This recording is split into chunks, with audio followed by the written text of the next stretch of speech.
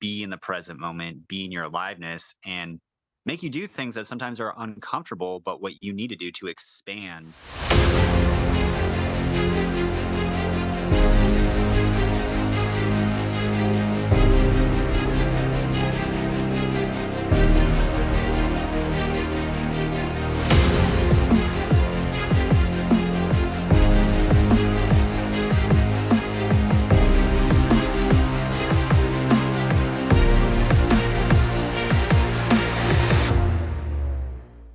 This is Dr. Spencer Coaches. Today, I'm going to be interviewing Ricky Royal, who is a men's coach who helps men find themselves, live in a more authentic life, and create a network of community of both men and women around them so they can have a second family in their life and feel more connected and have more influence in the world around them to create leadership within men.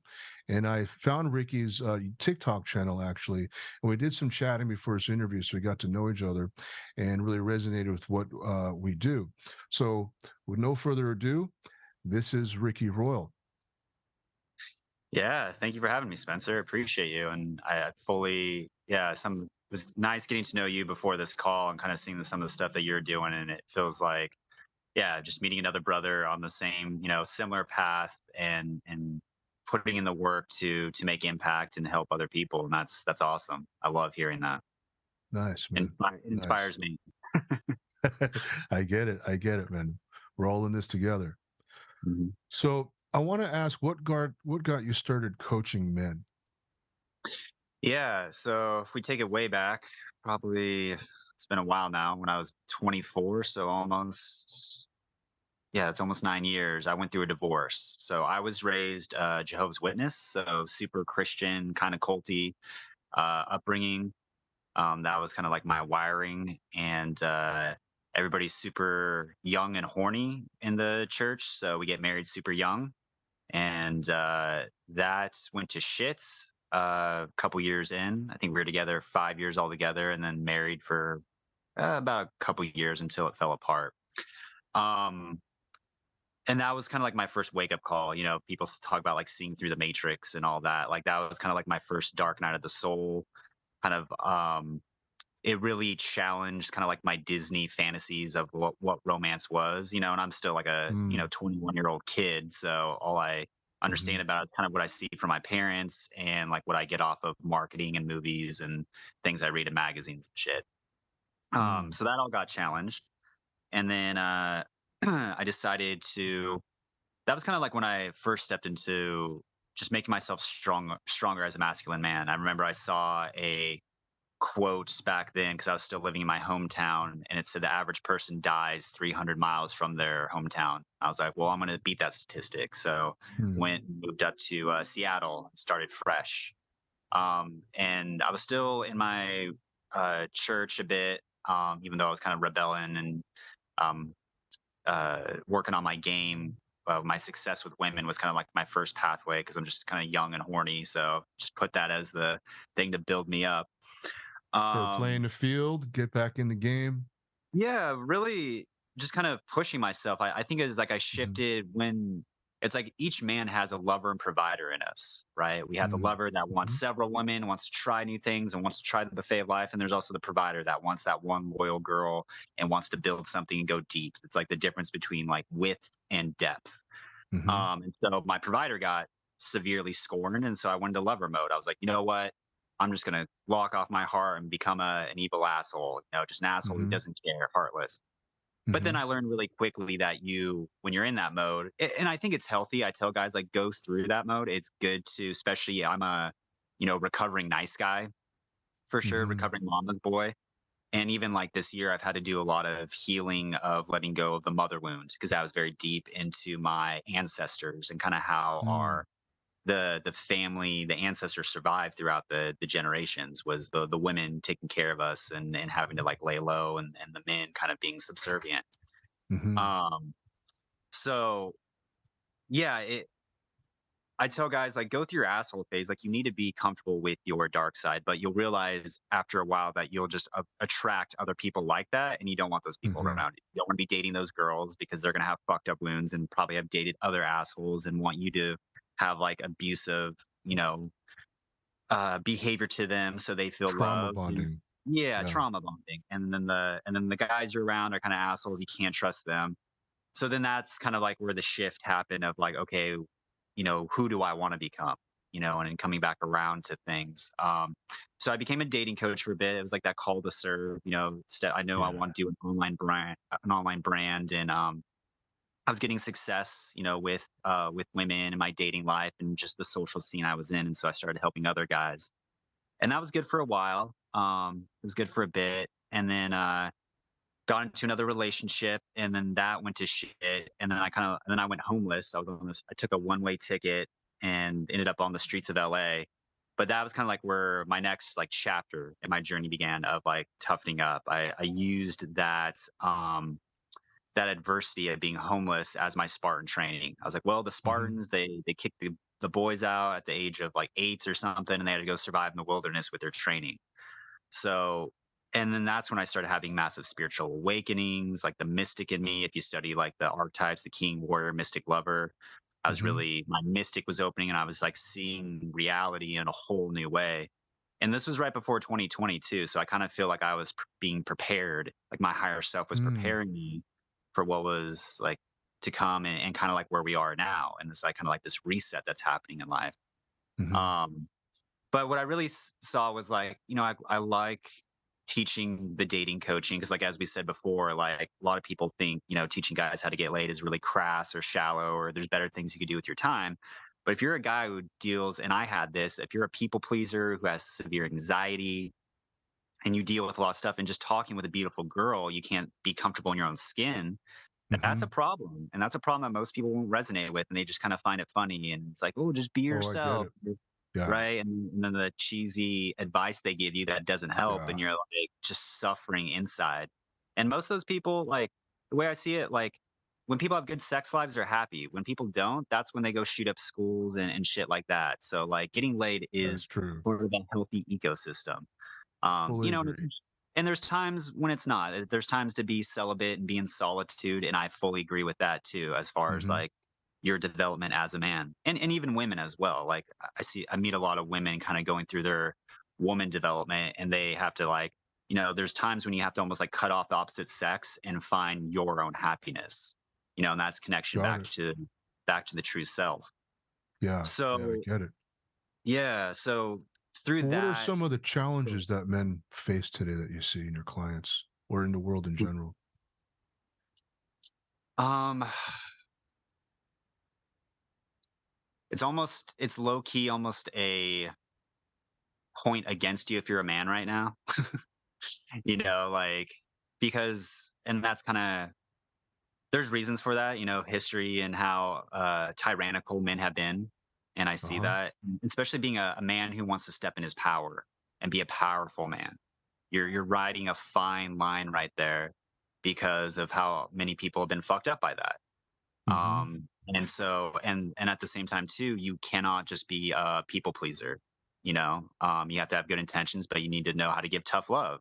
And sometimes people learn from pain. I'm a stubborn asshole. Like a lot of how I learned my um things was like having to go through harsh situations that then I like came to my understanding, or then I chose to be humble. Um Yeah. and I don't agree that it's always right to just be humble and be peaceful and be a pacifist either. I think it's both. Like I think it's like, fire and water. You need Mhm. both in your life, and it's getting that right. And a lot of people either want to be like, no, just be peaceable and strong. You don't need that shit. And it's like, well, maybe, but maybe not. And then other people are like, no, just be aggressive, and they're all wrong. So I like to kind of just be in the middle, be grounded, and just really it's like leading from the heart, I think is the ultimate like truth. Is like what is your Mhm. heart telling you what to do? And your heart is going to help you be in the present moment, be in your aliveness, and make you do things that sometimes are uncomfortable, but what you need to do to expand, you know, for your soul to expand in its learning and understanding of life. Yeah, I get it. I get it. What I see in life is, the mindset of the warrior is dying. And since corporate America took over, the worker bee mentality has dominated men's mindset. And the need for leadership has really gone underappreciated, where men Right. don't know how to excel in their life anymore. We just do what we're told. And I find that there's a lot of low self worth in the male mindset today because there's no Yeah. purpose. It's like just get Hmm. a job, get married, and pay the bills. Hmm. So let me ask you this. Well, you agree with that. The idea of the warrior and the sense of self-control of being powerful, yet having Yeah. that self-control so you can be gentle at the same time, but Hmm. call upon that. Can you touch upon that? Because it seems to me you're really, cultivating the warrior and the lover at the same Yeah. time. Yeah, and it's the balance. And I've had fights like those parts of myself have like fought each other because the lover Mhm. in me, the extreme side of the lover just wants to indulge in life. And that's kind of where the lover is. It's like find the beauty in life, find the joy, indulge in life, be able to drink and be with your friends. Because otherwise, if you go too much in the warrior, you become very unhappy. Then it's like you're Yeah, very trained and very disciplined, but it's like what the fuck is this all for? yeah, Like just to become better, just another achievement high. And yeah. so each man has to kind of like find his own cadence with his lover and his warrior. Um, I do enjoy being disciplined though, and like I feel like maybe a few years back I was a little bit too my lover, so I wasn't getting shit done, but I was having the vision for like my life and where I want to take my brand, Conscious Alpha, and all that was coming through. So I could see Mhm, that very vividly. The problem is you kind of get an ego with it too, because you're like, mhm. oh, I see this great vision that no one else Yeah, sees, but then you don't know how to put it into practice. And then when people try to tell you things of like, hey, you should probably work on this part of your life, you're like, nah, fuck you, I'll figure it out. And there's almost mhm, like this mystic arrogance, and that's what I see mhm, a lot of people. There's a lot of very gifted guys that are in their mystic, but they're ungrounded. And mhm, so over the last few years, I've had to kind of balance between my lover and my warrior and step back into that discipline. But mm, the lover in me is my reason why, because I can mhm, see that vision. I know how great life is going to be once that's created. And it's like deepening that purpose, that sense of why and that mission. And these mhm, are like daily things you have to go back to, mhm, and really get regrounded into, because it's so easy to be influenced by the people, the environment, the things around us, and our old programming, right? And so then you have your mhm, old subconscious reprogramming from your parents, whether that was healthy or not. Most of the time it isn't, and so you have to go through that, and then the healing factor as well. So yeah, there's all these moving parts, and I feel like now I'm just starting to kind of get a beat on them and understand them.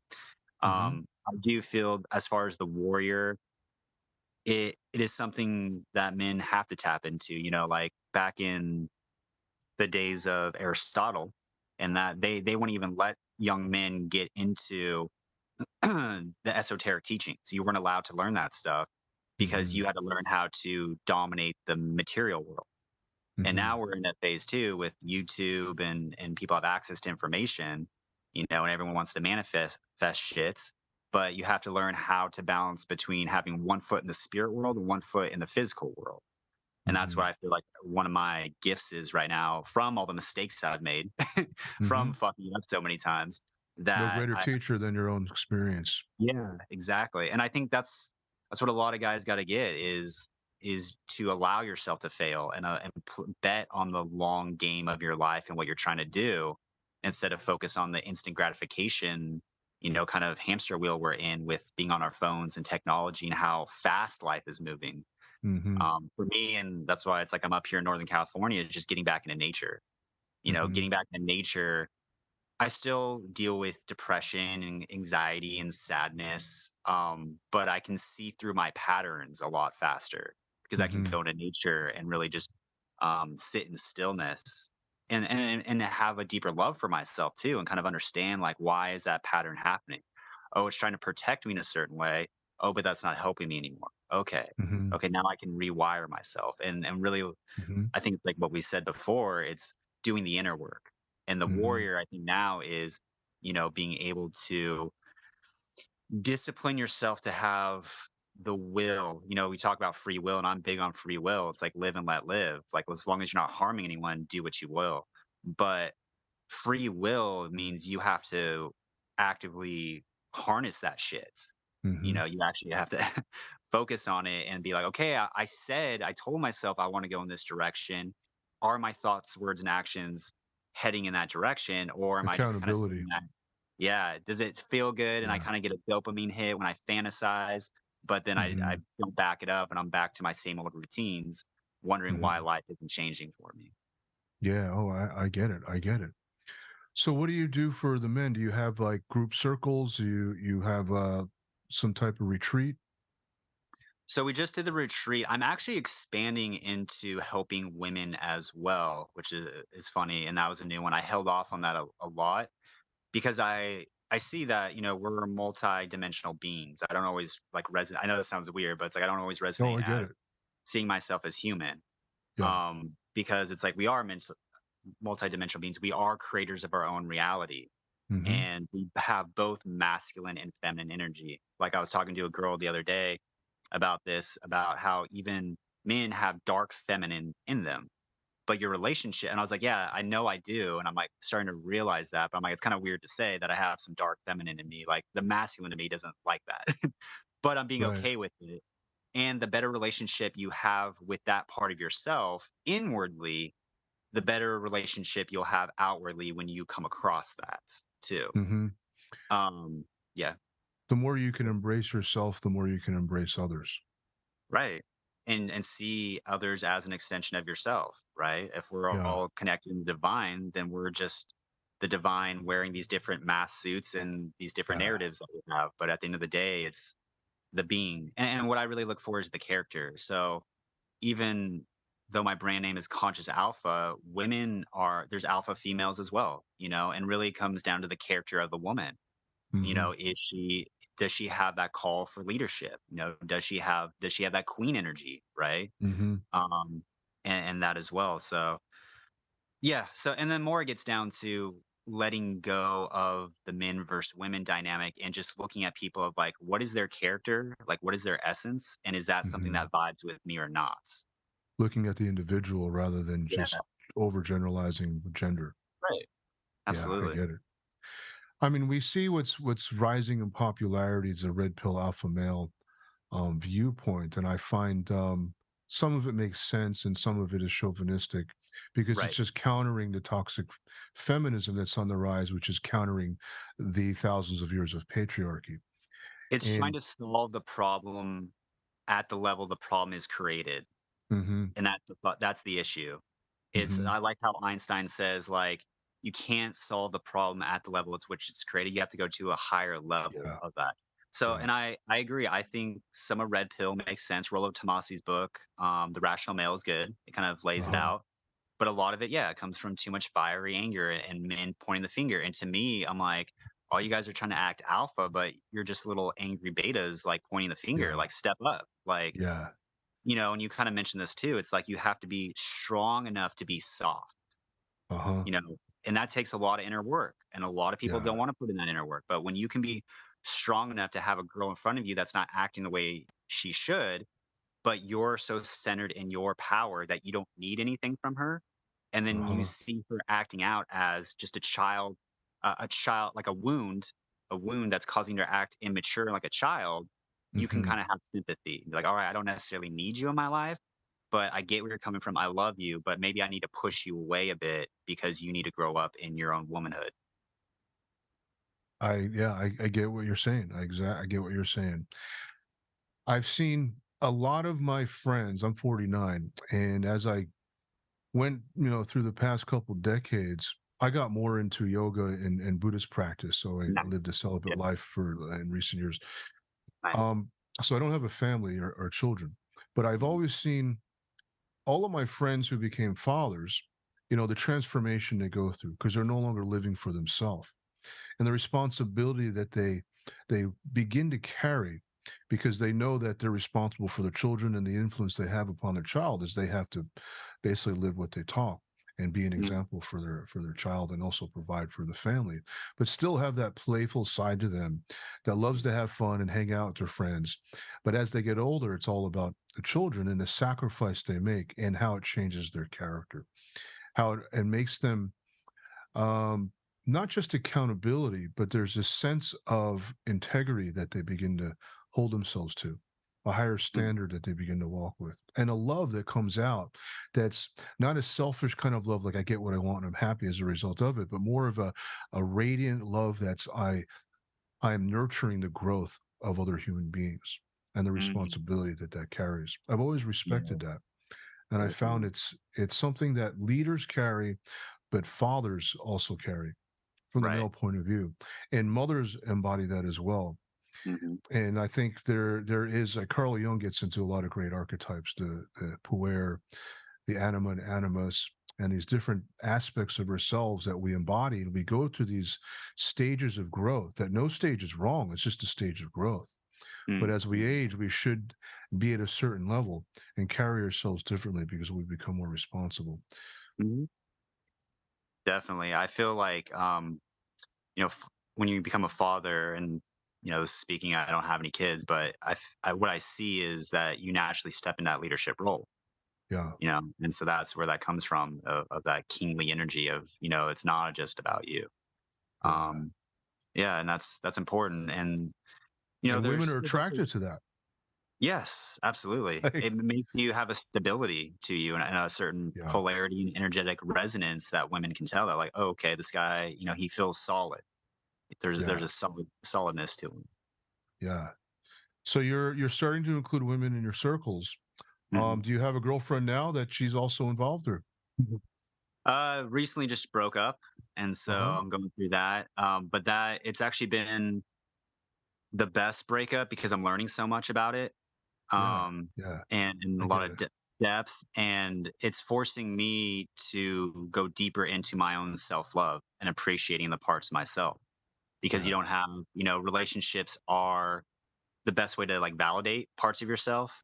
And especially like when you're becoming something, if someone validates that part of you, you're like, oh, this feels so good. But, also tied up with that is attachment, attached to Hmm. people, and attached to those good feelings. And that's where you get needy. And that's where those different things come out. And you're like, oh, and then you see different shadows and the Hmm. masculine shadow wanting to control and all those beautiful little beasts. So Yeah, yeah. um I get it. I, I it's been very painful, and I miss her, and I wish the best for her. But I also think like right now, my journey, I'm 33, and I'm still building my brand and the Hmm. impact I want to make. It's perfect that I am not in a relationship because relationships take time and they need nurturing, and it's nice to not need to do that. It's nice to be a little bit more selfish and have my time so I can just focus on the things I want to focus on and the people in my life that I'm helping already, right? Like I the get it. client and the community I'm building, reinvesting back into that. So yeah, I always love. I think part of me secretly loves breakups because it's always a opportunity to have like a rising phoenix moment. Uh huh. Um, because you're kind of brought down, and so all you have to do is like, oh, the only opportunity or the way I see it is to rise up again and Hmm. rise up stronger. Build Yeah, yourself back up. that's right. Do you find the women that you coach need a male perspective? Because they often don't really understand the male perspective and they have the idea of what a man wants and they try to fulfill that so they can attract a man. But it's all based upon superficial materialism and social media Right. values. Yeah, and that's why I like to embody when I am talking with women and giving them advice, and is just to kind of give them a clear perspective of the masculine, of like this is what I can embody and show you. Because yeah, I mean, we all have our lower levels, and well, statistically or strategy wise, all women are like this, so I need to act like this, Hmm. and women have that too. Yeah. I like to, just kind of get it. It's like we all have that, but just connect people like being to being. Like, let's see through that. Hmm. How can I see myself through, Mm. when I'm talking to a woman, how can I see myself through her eyes or like, yeah, like, the divine in her as well. And just Hmm. see I love Alan Watts thing. He talks about, a like there'd be this guru and people would come to him with his problems and he would kind of just giggle when they would tell them his problems and the Yeah. people thought that they were giggling at his problems and they would get super offended. But he was like, really, he's giggling because all he's seeing is God play this really good character and pretend that he's this helpless being. And I Yeah. like that and kind of take that to heart. So like when I connect with people, that's kind of like the mindset I choose to see things in. I'm like, I see this being, I see God with this mask, whether masculine or feminine, trying to play this role really fucking well, like really well. Like I really buy Yeah. into it. Um, and it makes life a little bit more. It's kind of like my inner joke of How to life. be a genuine fake. Yeah, That's exactly. Mm, yeah, I get it. I get it. It's like it's taking the place of non-judgmental mm, and just allowing a person to be where they are and understanding that they're a growing process and evolving being as well. We're all star seeds in this world we call the human life and trying to understand our humanness. And yeah. it's the dynamics of interacting with the man-made world versus natural world. And there's this almost like a conflict between what is natural and what we call society. And what Mm, rules do we live by can get confusing. I've hmm found in my own life, because I love being in nature. I think it's great what you got set up over there. Just returning to nature and peeling away the facade, the social facade that we play, and finding a more authentic self. How do you find the men when they go up there, and what do they go through as they process? Well, we just had a retreat last month, a Awakened Warriors retreat, and I mean, it was life changing for everyone, even myself and the two other coaches that were there. I mean, we did it was about 4 days, and we all stayed at this like nice place that we got on Airbnb. And so we woke up. Everyone, we would either do like a morning meditation or some type of success habit in the morning. We would do cold plunges. Everyone there was somewhat of a practitioner on different levels of their journey. So one guy, we had a yoga session, and he was really good at yoga, so he walked us all through that.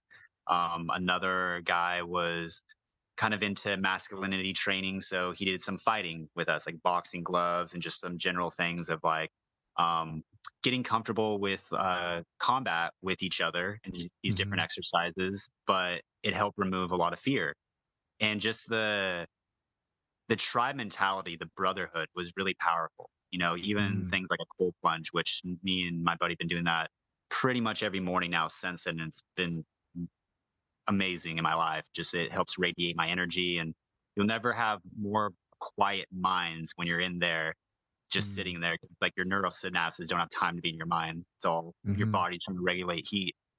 Um, but yeah, you would just do those hard things because you had that brotherhood, that tribe, and then being able to open up and share your wounds, and everyone feels like you said, it's like men need other men to be vulnerable around, and that's hard because we have mhm, the certain level of being strong and being tough, and I think that's very valuable as well. But knowing when to be vulnerable and when to let that go, and how healing that is when mhm, you do finally open yourself up to a group of men and you are accepted for your mhm, flaws, and mhm, how opening that is of just like, oh, okay, yeah, because again, it's like, crying is you healing as well. mhm, Sometimes there's time to be in anger, and anger usually means like, okay, like reassess where do you need to reestablish your boundaries or change your mhm, agreements with people.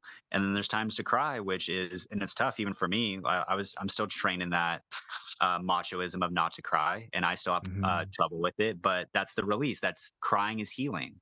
And the way I think of it too, it's Absolutely. like the better cries you have, the better orgasms you have, the more expression you can get out. And then Yeah. that too, it's like getting into your passion and getting into expression, getting The into the emotions, not trying to yeah, hide your wounds or your scars, but really be like, how can I turn this pain into art? That's like my yeah. ultimate thing. Like, how do I turn it? And that's why I'm so passionate about helping people build their online brands is how do you get your uniqueness out there Mm, and get into an expression which is very cathartic and healing for you. And your mhm. example for putting yourself out there and being bold is going to inspire a lot of people that want to work with you. Share your story. Absolutely. Yeah, I Yeah. get it. Somebody came across my past is a person named Malidoma Somé, and he talks about how the Western world is it's too much fire. It's just really fast paced and is moving faster and faster, which is an element of fire, and it lacks water. And his element is water. He wrote a book called The Water and the Spirit, and he does these retreats with Robert. Well, this is back in the '90s. I don't know if he's still doing it. Where he had a huge tank, this gigantic. I don't know what it was. I think it was an oil tank. I haven't gone as a retreat, but some college classmates at the time went on.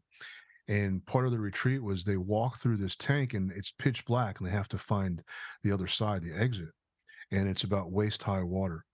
And he Mm, talks about how men need to grieve, that we don't grieve enough, that grieving is the element of water and to shed tears. mm, and how out of tune we need to slow down and out of tune with water. And he's all about the water element. I found that really fascinating.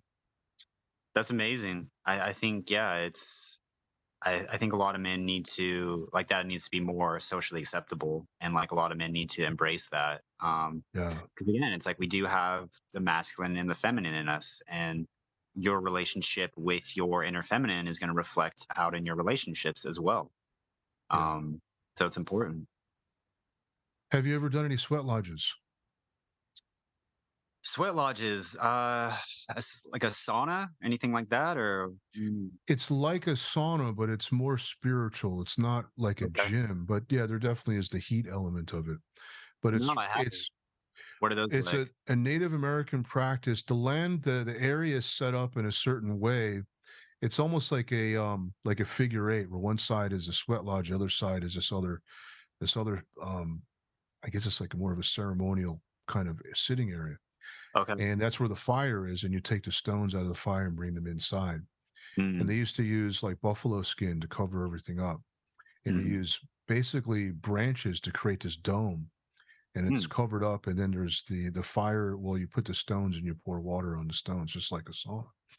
mm. But there's something more. I would say there's definitely divine presence versus a gym sauna. And you're basically there to purify yourself. And people have visions just from all the sweating and the purification process. It's a very powerful and bonding because you're doing it in groups, and it's men and women. So Mhm. there's a vulnerability that arises because you're basically broken down inside there, and it's just your raw self. So we're all exposing each other to ourselves, and it's a real sense of bonding and a bringing forth of really a purity within ourselves that we can share with one another. I love that. Anything Yeah, that breaks you down and breaks down your ego. I've had so many ego deaths that I kind of enjoy it now. It's probably the masochist in me. But anything I that get it. breaks you down, that gets you back into your heart and your true self, like I'm all for, and that's where life comes alive, right? Like our ego, for me, anyways, has like, well, it needs to be like this, and people need to treat me this way, and all these like parameters. But like when you get into, your true essence, life, Yeah, it's like you're in that divine reality again. The moment is so alive, and your connection and experiences are so vibrant that anything you could achieve or anything doesn't really matter as much. yeah, yeah. The love comes out. Hmm. We can just look at each other in the eye and smile and laugh. It's like the cosmic joke. The cosmic giggle. Yeah. So what have you studied? What philosophies have influenced you?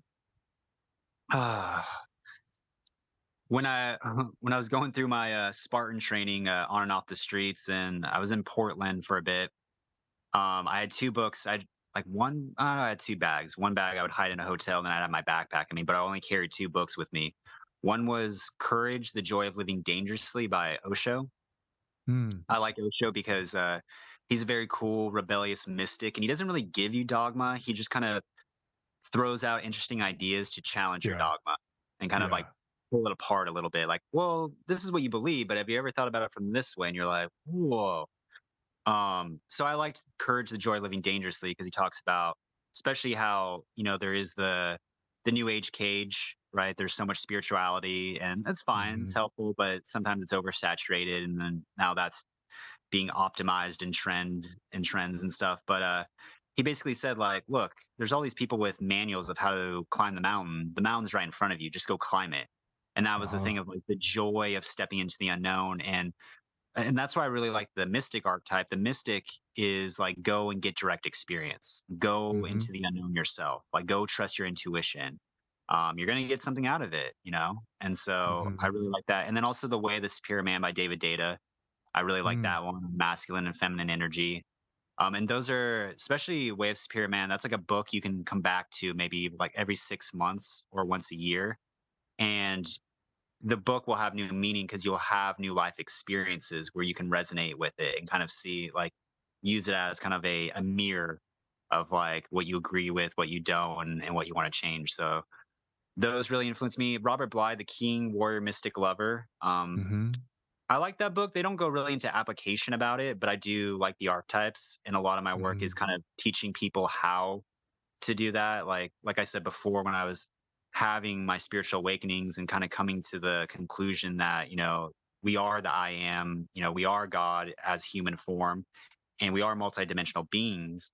I was like, well, okay, well, how do you do it? Like, how do you deal with that? And so I found the Mhm. four archetypes help me harness my energies in the right way: the lover, the Mhm. king, the warrior, and the mystic. Mm. Um, so yeah, those were Nice. heavily influenced in on my Nice. journey. So tell me more about your program. How could people find you and sign up and register for your workshops and seminars? Yeah, I would say follow me on Facebook, Ricky Royal. That's kind of where I'm most active, and I Mhm. check my messages. So I usually have different things going on. I do have a launch coming up for the Conscious Purpose Initiative Mastermind, and I actually have a live event this Sunday as well. So that's what I'm gearing up for. Basically, I'm just making an online group um, of people that want to turn their purpose into an online brand, right? Something Mhm. that helps you make the impact you're here to make, right? I Mhm. surround myself with change makers, people that have gone through shits and actually want to help make an impact in their life. Um, and then live life on your terms, continue your journey, but do it in a way where you have an online brand, you have an online asset that you can build and create through your passion. I think there's a Nice. big level of coming back to creativity, and that, being a creator being is tapping into your creativity. And really, that's how you can access your power in a very healthy way, is what you can create, for others that gives you deep fulfillment and then get paid for it, which then funds your journey. So Yeah, that's I what I'm get really it. passionate about helping with right now. So if you want to get involved with that, I would just say add me on Facebook and reach out to me on Messenger, and we can have a chat. Nice. Now, how long are these seminars? Usually 3 days a week? How long are the what? Are the seminars? The seminars. So this is going to be a 4 month program, a Oh, 4 month got it. mastermind. Yeah. Oh, nice. So you meet every week and Yeah, every week, and there's going to be accountability, a curriculum, dialing in their message, their target audience, seeing where they're at, and there's the business side of it, and then there's like the inner work side of it too. Like, what are your uh-huh. success habits? Because the journey of becoming and stepping into who you see yourself as, stepping into your vision, where you're actually walking in your vision, it's going to bring up all your demons, all the skeletons in the closet. So you need to have some resources of how to deal with that stuff as it comes along. Yeah. One thing that, a couple years ago, I was really focused on healing, but now I've kind of stepped out of that. And like, there's a Mhm. time and place for healing. I still heal, but it's like there's a time and place for that. But now I see it as more focusing on purpose and Mhm. helping others and stepping into that leadership role of service consciousness. Mhm. And that, I see a lot of people get stuck in that because their fears, or their fear of putting themselves out there online, they're like, well, maybe I just need to go heal more, maybe I just need to go focus on my journey, and they turn inward more, and Mhm. then there's that lack of fulfillment. Helping others is one of the best ways to heal, because the universe is going to bring people on your path that are reflective of you in some way, either where Mhm. you were a couple years ago, maybe where you are in your journey, and those are the people you help. And when you do that, life really starts opening up to you, because you become a being of generosity. It's not getting Mhm. stuck in the self-image or the financial aspects or anything like that. It's really just you're becoming a being of generosity moving forward and doing shit that most people can't do because they're too afraid to open themselves up in that manner. Yeah, that's so powerful. That's so powerful. Mm. Well, Ricky, that was really great. You're a deep man and you have a lot of Thank you. wisdom to share. Absolutely. So, folks, if you want to find Ricky Royal and get more information about his upcoming seminar, you can find him on Facebook, Ricky Royal, and then message him on there, and he will send you all the information you need. He's up in Northern California. Also has a TikTok channel. What's the name Mhm. of that one again? Ricky Royal, or that's Ricky something else, Royal right? Official. Yeah. Yeah, Ricky Royal Official. You can find him on there. He has a lot of great clips of his coaching sessions and what he's about. He has a lot of wise things to share on there as well. Yeah, thank you so much, Ricky. This is a Appreciate real it. blessing. I really Definitely. appreciate this. Keep I learned a keep doing lot this just from podcast. Yeah, we need more conversations like this going. So thank you for having me on. I appreciate you. you. Got it.